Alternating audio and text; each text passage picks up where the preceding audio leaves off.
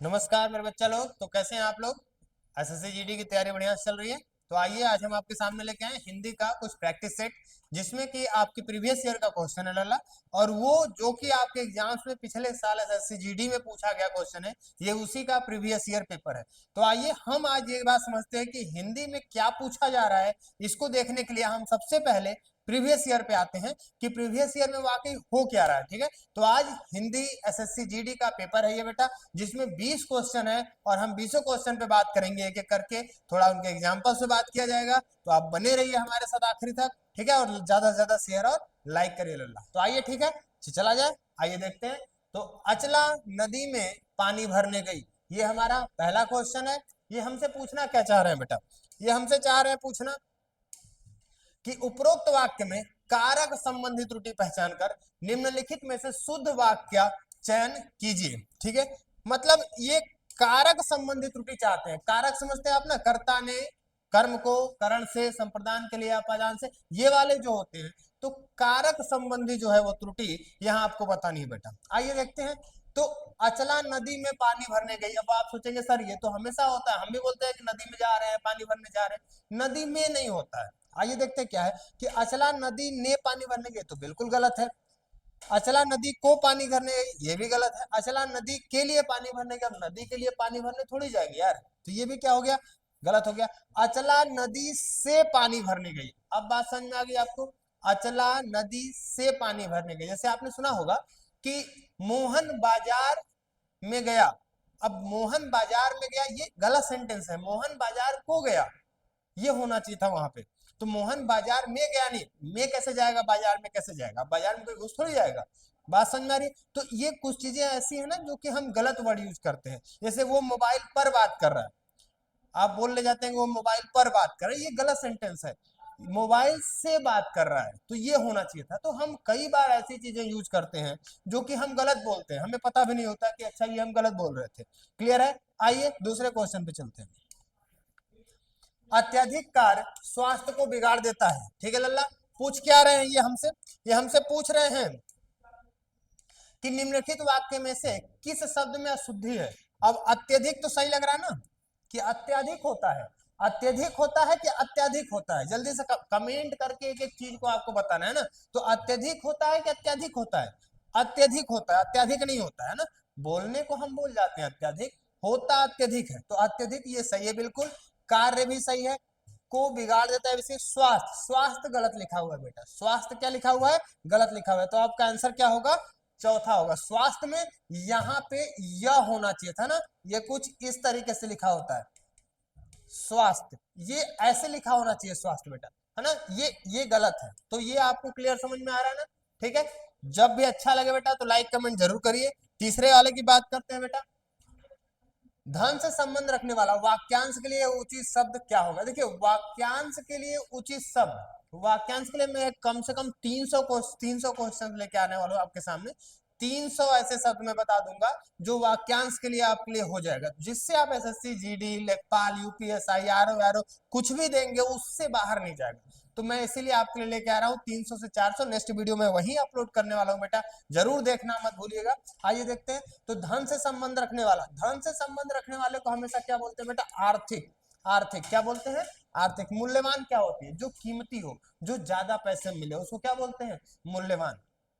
मालिक, मालिक आप समझ ही रहे हैं ना, जिसके लिए आप काम कर रहे हो तो इसको मालिक बोलते हैं। कीमती है ना, कीमती सामान है तो कीमती, ये वर्ड कुछ ज्यादा मायने नहीं रखता है। आर्थिक, तो याद रखिएगा धन से संबंध रखने वाले को हम क्या बोलते हैं बेटा? आर्थिक। क्या बोलते हैं? आर्थिक। आइए आगे चलते हैं।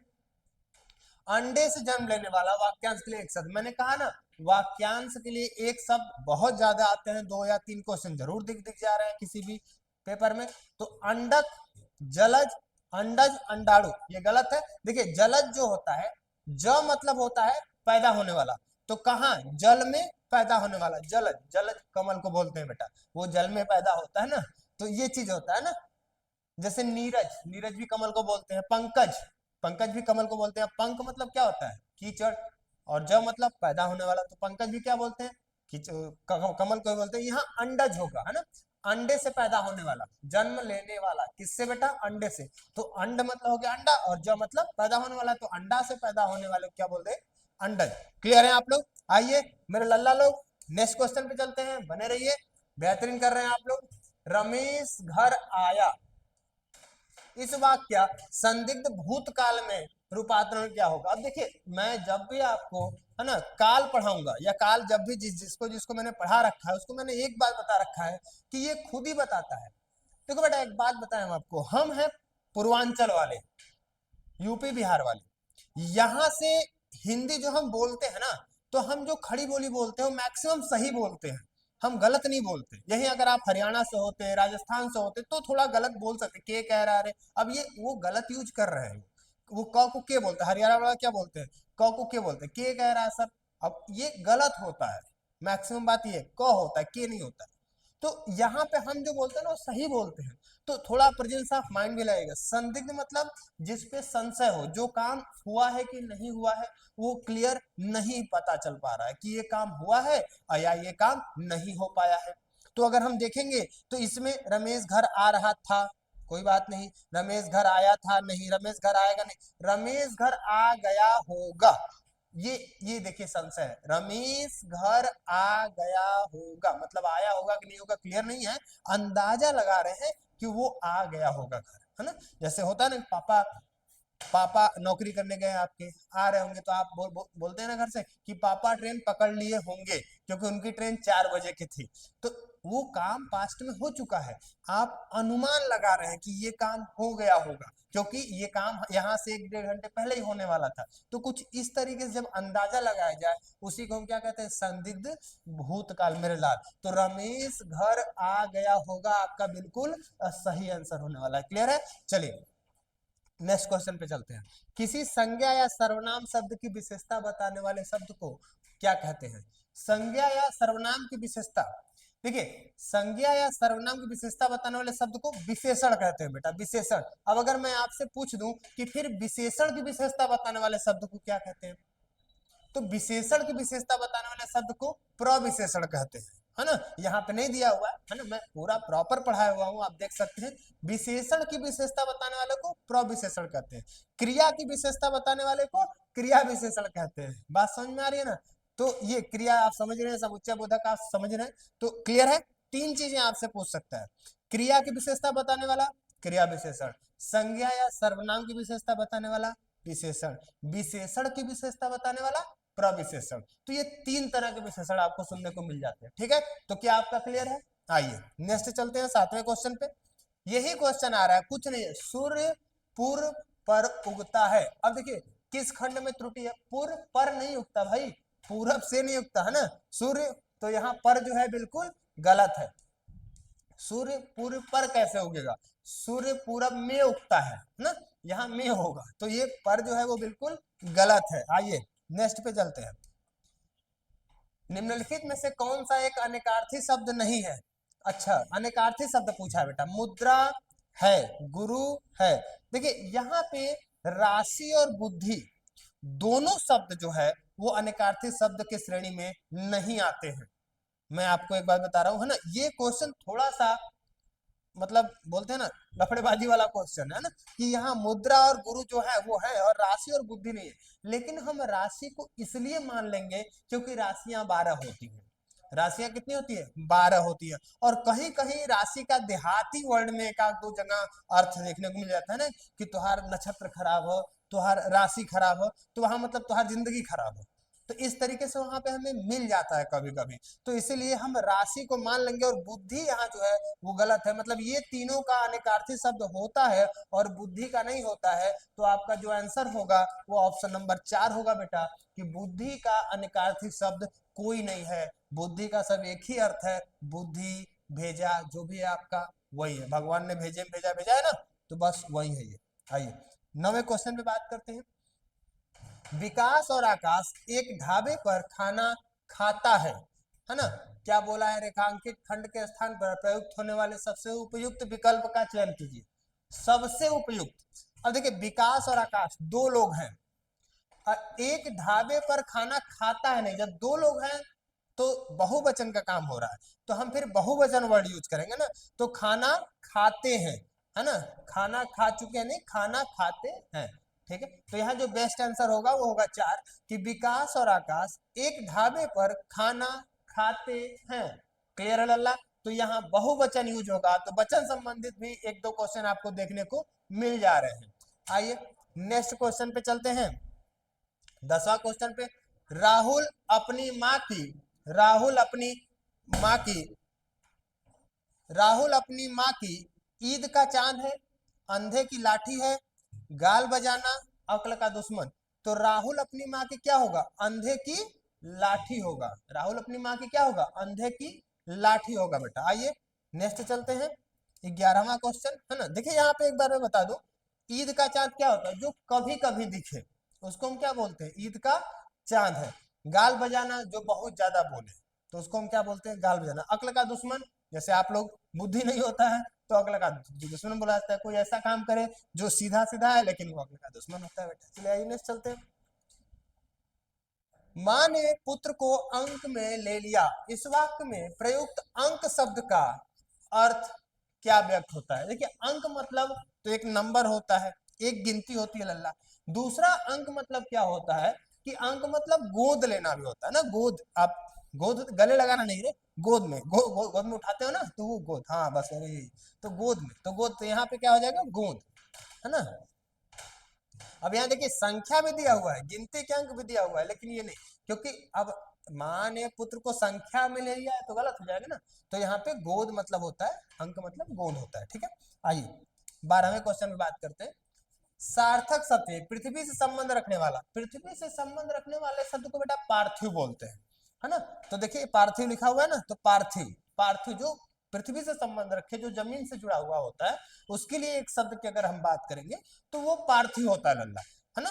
आइए नेक्स्ट पे चलते हैं। सार्थक, सार्थक मतलब क्या होता है? सार्थक जो मतलब काम सही से हो गया ना, जो हमारे यूज में आ गया तो वो सार्थक चीज है। जैसे हमने हिंदी में जब शब्द में पढ़ा रहा था तो मैंने वहां बताया था कि शब्द दो प्रकार के होते हैं अर्थ के आधार पे, एक सार्थक और एक निरर्थक। तो सार्थक शब्द भी होता है, जैसे आपने सुना होगा खटिया वटिया। तो खटिया क्या है? खटिया तो आप समझ रहे हैं, चारपाई। वटिया क्या है? अब वटिया कुछ नहीं होता, लेकिन हम बोलते हैं लोटा वोटा लाओ, तो अब लोटा ठीक है, वोटा कौन सा लाएगा वो? तो ऐसी चीजों में हम बोलते हैं कि एक शब्द सार्थक है और एक शब्द निरर्थक है। निरर्थक शब्द की वैल्यू तभी होती है जब वो सार्थक के साथ जुड़ा होता है। अगर निरर्थक शब्द सार्थक के साथ न जुड़ा हो लल्ला तो उसका कोई वैल्यू नहीं होता है। तो सार्थक शब्द की वैल्यू तो ऐसे भी है, लेकिन निरर्थक शब्द की वैल्यू तभी होगा जब वो सार्थक शब्द के साथ जुड़ा हुआ हो। अब जैसे पेड़ वेड़, तो पेड़ वेड़ के साथ आपको समझ में आ गया, लेकिन मैं सिर्फ कहूँ वेड़ गिरा हुआ है, तो वेड़ क्या गिरा हुआ है सर? अब बहुत चक्का लग जाएंगे। तो इसीलिए निरर्थक शब्द की ऐसे कोई वैल्यू नहीं होती है ना, निरर्थक, आप समझ ही रहे हैं। नेक्स्ट पे चलते हैं। हिमाद्री का उपयुक्त पर्यायवाची शब्द, देखिए हिमाद्री, हिम का आद्री है ना, उसको हम क्या बोलते हैं बेटा? हिमालय। हिमालय है ना, बर्फ सबसे ज्यादा कहाँ है? हिमालय पे ही तो होता है ना। तो हिमालय का हिमाद्री का पर्यायवाची शब्द है बेटा, और इसमें बाकी सब गलत है। ठीक है, तो नेक्स्ट पे चलते हैं। दिया गया है कि विकल्पों में दिए गए किस वाक्य में निम्न शब्द के सही विलोम शब्द का उपयोग किया गया है? अपमान। अब अपमान का सही विलोम शब्द क्या होना चाहिए? सम्मान। अपमान का सही विलोम शब्द क्या होगा? सम्मान, जो कि एक ही जगह दिख रहा है यहाँ पे, तो ये सम्मान आपका बिल्कुल सही आंसर है। देखिए यहाँ पे मुझे बहुत सामान मिला है। अब सामान और सम्मान में अंतर होता है ना। सामान किसी को भी मिल जाता है, सम्मान सबको नहीं मिलता है। सम्मान कमाने के लिए ना बहुत मेहनत करना पड़ता है। तो ये सम्मान जो है, ये सम्मान है और ये सामान है। मुझे कार्यालय में बहुत अनादर मिला, ये तो अपमान का ही एक शब्द हो गया। मुझे कार्यालय में बहुत मर्यादित किया गया, देखो मर्यादित और निरादर ये अलग शब्द है। मर्यादित और निरादर ये दोनों अलग शब्द है ना, मर्यादित और निरादर ये अलग शब्द है बेटा। सम्मान अपमान का पर्यायवाची होगा। आइए नेक्स्ट पे चलते हैं। उसके शौक तो देखो, सींग काटकर बछड़ों में मिल रहा है। अच्छा कोई सींग काटकर बछड़ों में क्यों मिलेगा? मतलब वो बुजुर्ग टाइप का बंदा है, लेकिन क्या कर रहा है? युवाओं में, या युवा है बच्चों में मिल रहा है, तो उसको क्या बोलते हैं, है ना। देखा नई सौखनी खरीदती में गाजर है ना, बुढ़ो लड़का बनल है। तो बस वो चीज है यहाँ पे, कि यहाँ पे जो है बुढ़वा लड़का बनल है, कहीं दिखाई दे रहा है? हाँ, बूढ़ा होकर बच्चों जैसा काम करना। देखिए मैं कह रहा था आपसे, तो ऐसा ही होता है। जब सींग काट कर बछड़ों में मिलना, गाँव में, गाँव का कहावत है कि सींग काट कर बछड़ों में मिल रहा है, मतलब सीधा सीधा है वो कि जिस लायक मतलब एज ज्यादा है फिर भी छोटे बच्चों लायक काम कर रहा है, छोटे बच्चों के साथ घुल मिल के काम कर रहा है ना। जैसे कुछ लोग गांव में होते हैं ना कि वो हमसे 4 साल बड़े होते हैं तो भैया के साथ भी खेलते हैं, हमारे साथ भी खेलते हैं, हमसे 4 साल छोटे वालों के साथ खेलते हैं, फिर तुम्हारे बच्चों वाले के साथ भी खेलते हैं। बेरोजगार होते हैं ना वो, तो कोई काम तो होता नहीं, तो वही काम करते हैं। आइए नेक्स्ट क्वेश्चन पे चलते हैं। ये पैसेज, एक पैसेज आपको ये मिलने वाला है आपके एग्जाम में, बात करते हैं इसको। निम्नलिखित गद्यांश में कुछ शब्दों को हटा दिया गया है, दिए गए विकल्पों की सहायता से रिक्त स्थान की पूर्ति कीजिए, प्रत्येक संख्या के लिए एक सबसे उपयुक्त विकल्प का लल्ला चयन कीजिए। आइए देखते हैं। मनुष्य एक प्राणी है, मनुष्य राजनीतिक प्राणी है। देखिए मनुष्य राजनीतिक प्राणी तो है, लेकिन सारे मनुष्य राजनीतिक प्राणी नहीं हो सकते। और जब बात मनुष्य की गई है लल्ला, तो फिर सारे मनुष्यों की बात होगी ना। ऐसा तो है नहीं कि मेरी बात होगी आपकी नहीं होगी, आपकी होगी माननीय श्री नरेंद्र मोदी जी की नहीं होगी। तो हम वो लोग राजनीतिक व्यक्ति हैं, है ना, ये लोग राजनीति इनका करियर है, हमारा आपका नहीं है ना। तो ये चीज है। साहित्यिक, साहित्यिक भी व्यक्ति है लेकिन सारे नहीं है, यहाँ सबकी बात कर रहा है वो। सामाजिक, अब देखिए मनुष्य एक सामाजिक प्राणी बिल्कुल है, क्योंकि हमारे ही आप चाहे जितने भी जीव जंतु हैं, किसी का समाज नहीं है बेटा। समाज अगर है ना तो हम मनुष्यों का ही है। घर में चाचा चाची फूफा दादा दादी सब एक समाज के रूप का ही तो निर्माण है ना। कभी किसी कुत्ते को देखे हो कि कुत्ता जा रहा है, कुतिया जा रही है, 4 बच्चे जा रहे हैं, मम्मा के यहाँ जा रहे हैं, बुआ के यहाँ जा रहे हैं, ऐसा कुछ होता है नहीं। तो मनुष्य में ही एक ऐसी कहानी चलती है कि फूफा के यहाँ जा रहे हैं, बुआ के यहाँ जा रहे हैं, क्योंकि हम सामाजिक प्राणी हैं, हम समाज को लेके चलते हैं। तो मनुष्य ही एक सामाजिक प्राणी है। पौराणिक कथाएं होती हैं, है ना, मनुष्य नहीं होता पौराणिक।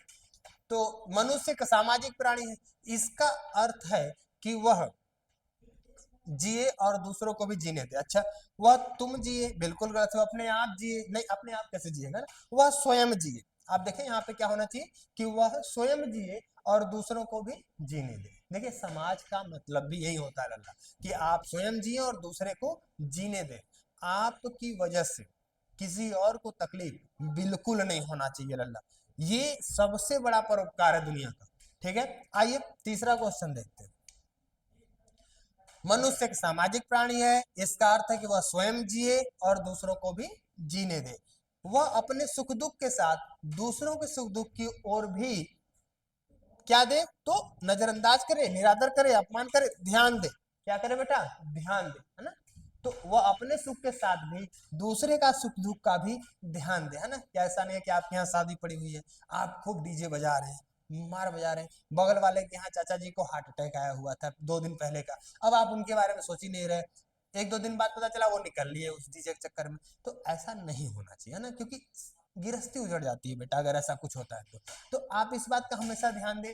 किसी बच्चे का इंटर का एग्जाम है ना, आप डीजे बजाए जा रहे हो, आप अपनी खुशी का ध्यान दें, लेकिन अपने साथ साथ इस बात का जरूर ध्यान दें कि आपकी वजह से किसी और को तकलीफ बिल्कुल ना होने पाए। ठीक है, नेक्स्ट क्वेश्चन पे चलते हैं लल्ला।